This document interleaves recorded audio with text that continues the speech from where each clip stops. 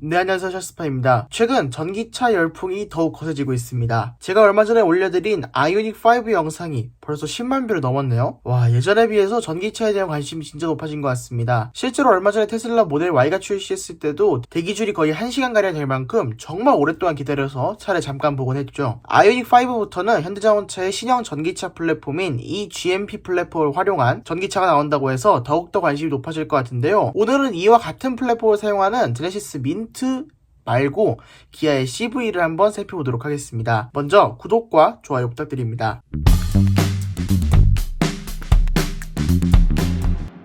네, 사실 기아 CV가 현대 아이오닉5에 비해서 더 많이 팔릴 것 같다는 생각도 듭니다. 출시 시기 자체로는 아이오닉5가 먼저, 기아 CV가 나중에 출시하게 되는데요. 당장 현대차는 몇 주 전에도 코나 EV에 불이 났다고 하는데 기아 니로 EV, 소울 EV에는 불이 났다는 소식이 없죠. 많은 분들이 현대자동차의 전기차는 약간 불안한데 국산 전기차를 사고 싶다면 기아차 쪽으로 많이 넘어올 것 같다는 생각도 듭니다. 아무튼 전면부터 살펴보면 이매진 바이 기아와 조금 유사합니다. 헤드램프와 주강 부분까지 쭉 이어져서 호라인코 그릴 형태를 만드는 것까지는 동일한데 헤드램프와 컨셉카에 비해서는 위아래 폭이 조금 작습니다. 또한 헤드램프는 LED 프로젝션 형태로 바뀌어있는 모습을 볼 수 있습니다. 컨셉카 그대로 나오기 힘드니까 국내 라이트 규정이라든지 전 세계적인 규정에 맞춰서 이런 식으로 약간 바뀐 것 같습니다. 다만 전체적으로는 컨셉트카와 비슷합니다. 그릴이 라이트랑 하나 된 부분이나 전반적으로 구조 자체가 그냥 컨셉카와 똑같다라고 생각하시면 될 것 같습니다.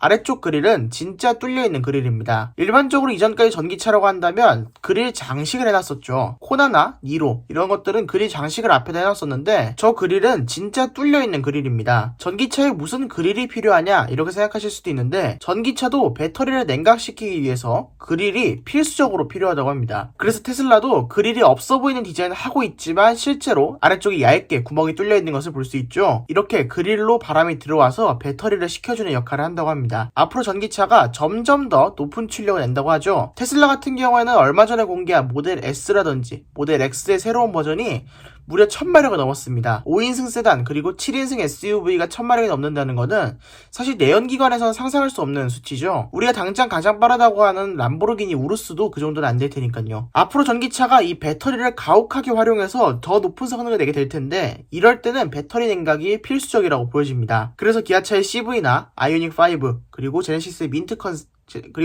민트 역시도 아래쪽에 전부 다 그릴이 위치하고 있는 것을 볼 수 있습니다. 기아 CV도 조금 더 고성능으로 나왔으면 좋겠습니다. 현재 204마력은 좀 부족한 것 같고 이 정도 냉각 성능을 가지고 있다면 최소한 한 500마력 정도는 나와줬으면 좋겠습니다.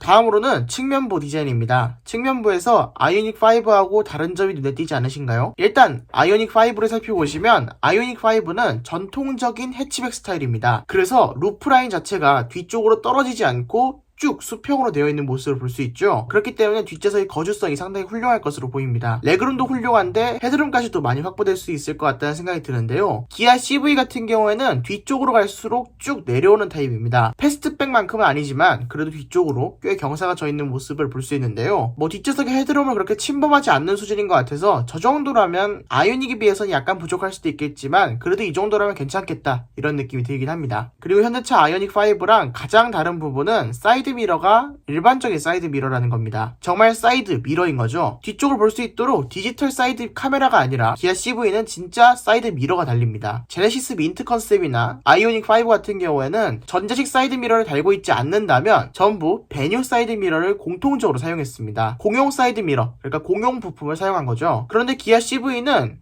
전용 부품이 붙어 있습니다. 사이드 미러 디자인을 따로 했다는 거죠. 이 말은 프로션 트림에는 디지털 사이드 미러가 제공될 수도 있겠지만 그렇지 않은 경우 깡통 트림이나 유럽형, 미국형의 경우에는 저 사이드 미러가 정말로 거울 형태의 사이드 미러로 장착되는 것을 볼 수 있습니다. 그리고 여기에 더 뒷받침이 되는 근거는요. 여기 밑에 카메라가 달려있는 것을 볼 수 있습니다. 어라운드 뷰용 카메라인 것 같기도 하고요. 요즘 현대기아차에서 많이 쓰고 있는 BVM 카메라인 것 같기도 합니다. 여기 이렇게 적용되려면 디지털 사이드 미러랑 겹치지 않아야 되겠죠. 그 와중에 저렇게 사이드 미러 밑에 카메라를 달아놨다는 거는 디지털 사이드 미러가 없으니까 이런 형태로 디자인된 것을 알 수 있습니다. 디지털 사이드 미러가 어색하신 분들은 기아 CV를 선택하시면 훨씬 더 편안하게 운전하실 수 있을 것 같습니다. 대신 얼리 어답터스러운 맛은 조금 떨어지겠죠. 휠 같은 경우에는 조금 작은 인치가 들어있는 것 같습니다. 타이어는 금호 타이어에 금호 크루젠이 달려있는 것을 볼 수 있고요. 휠은 되게 작은 사이즈인데 8인치 정도 돼 보여요. 이거는 가장 작은 휠이고 제일 큰 휠은 20인치까지 나온다고 합니다. 참고로 아이오닉 5에 달려있는 그 휠 역시도 20인치입니다.